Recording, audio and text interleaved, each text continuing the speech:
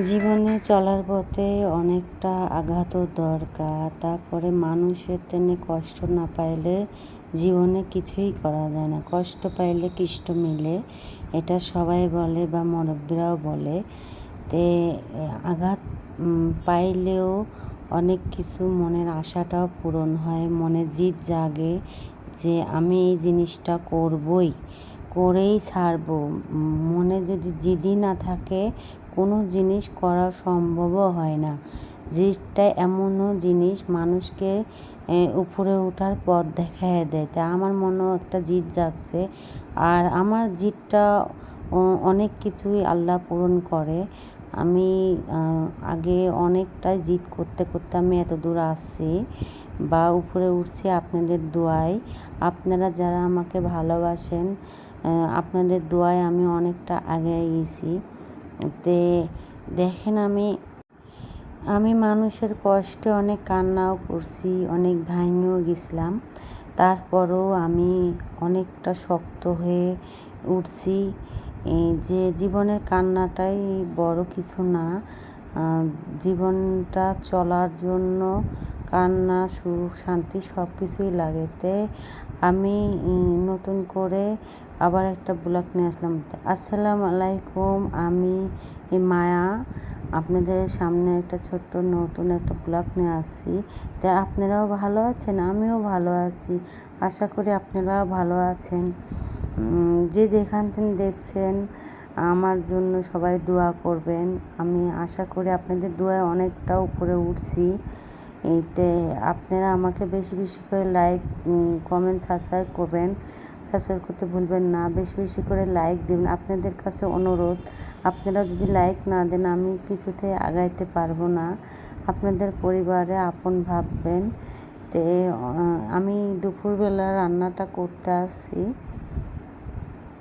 আমার ছাদে এই গাছ ছিল, পুঁইয়ের গাছ। আমি পুঁইয়ের শাক তুললাম।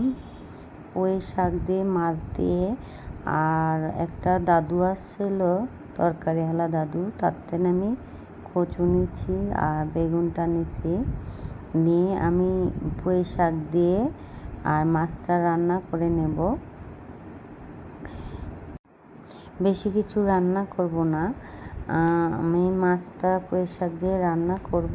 আর ছাদে কি রান্না করব, একটা তরকারি হয়ে যাচ্ছে। সেজন্য আমি আমার ছাদের সজনের শাক ছিল, আমি সজনের শাক দিয়ে আর লাউয়ের পাতা দিয়ে একটু ভাজি কুটে নেব। আগে তরকারিটা আমি রান্না করে নিচ্ছি। আর আমার এই ভিডিওটা দুদিনকার আগের। আর যেহেতু এখানে ঝড় বৃষ্টি হয়েছে, অনেকটা গরম ছিল। তারপরে কারেন্টটা চলে যাওয়ার পরে আমি ফ্রিজটা বেশি খুলতে পারি নাই, যেহেতু ফ্রিজটা খুললে পানি বের হবে। তাই কি রান্না করব, ছাদের তেনে তরকারিটা মানে এই পুঁই শাকটা দিয়ে আজকের দিনটা চলায় নেব। আর সজনের পাতাটা দিয়ে ভাজি করব। বেশি কিছু আর রান্না করতে পারলাম না। আর সেদিন ভিডিওটা ছাড়তে পারি নাই, যেহেতু কারেন্ট ছিল না 2 দিন। অনেকটা কষ্ট হয়েছে গরমে।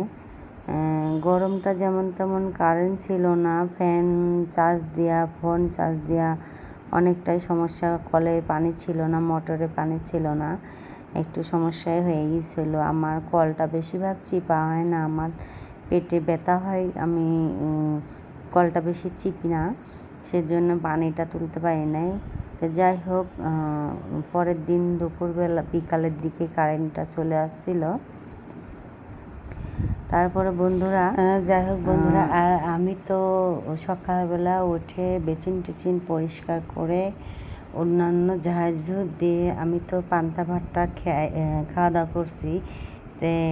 আবার বলেন না যে না, আমি পান্তা ভাতটা পেঁয়াজ দিয়ে খাইছি। অবশ্য পান্তা ভাতটা খাইতে অনেকটা ভালো লাগছে, সাথে ডিম ছিল আর একটা সাথে পেঁয়াজ, অনেকটা মজা পাইছি ভাতটা খাইতে।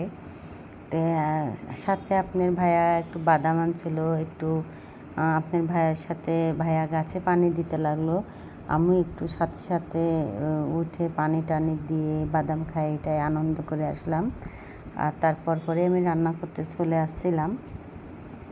তো আমার আলিফের বাবা তো সবসময় বাসায় থাকে না, আর যেহেতু রাত্রে ডিউটি করে আর দিনের বেলা সারাদিন ঘুম পড়ে, তে কথা বলারও একটু সময় পাই না। তে কাজটা বাদ দিয়ে আমি ছাদে বাদাম খাইতে গেলাম আর একটু গল্প করতে লাগলাম। আর যেহেতু উঠে বিকালের দিকে উঠেও সে একটু মোবাইল টিপে বা একটু ছেলের সাথে ঘুরে সময়ও দিতে পারে না। তো যাই হোক, আমার শাকটা ভাজা পড়াই হয়ে গেছে, সজনের শাক ভাজি। আর গরমে আমি শাড়িটা পাল্টায় নিয়েছি, আর অনেকগুলো কাপড় চাপড় ধোয়া হয়েছিল, আমি গুছাইছিলাম না, সেগুলো আমি কাপড় চাপড়গুলো গুছাই নিচ্ছি।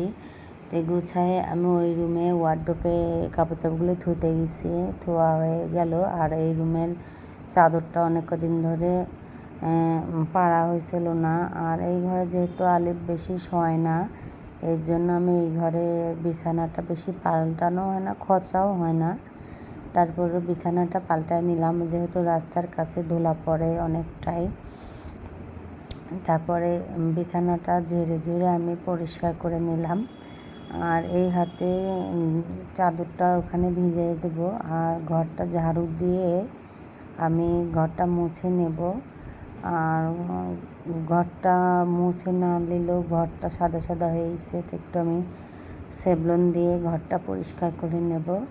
তো এই খাটের নিচ টিচ দিয়ে ভালোভাবে আমি পরিষ্কার করে নিচ্ছি, যেহেতু ধুলা থাকলে অ্যালার্জির ভাব হয় আর গায়ে অনেকটা চুলকানো ওঠে। আল্লাহ হাফেজ। আপনাদের কাছে ভালো লাগলে লাইক কমেন্ট সাবস্ক্রাইব করবেন, সাবস্ক্রাইব করতে ভুলবেন না। আল্লাহ হাফেজ। বেশি বেশি করে লাইক করে দিন। Bye bye.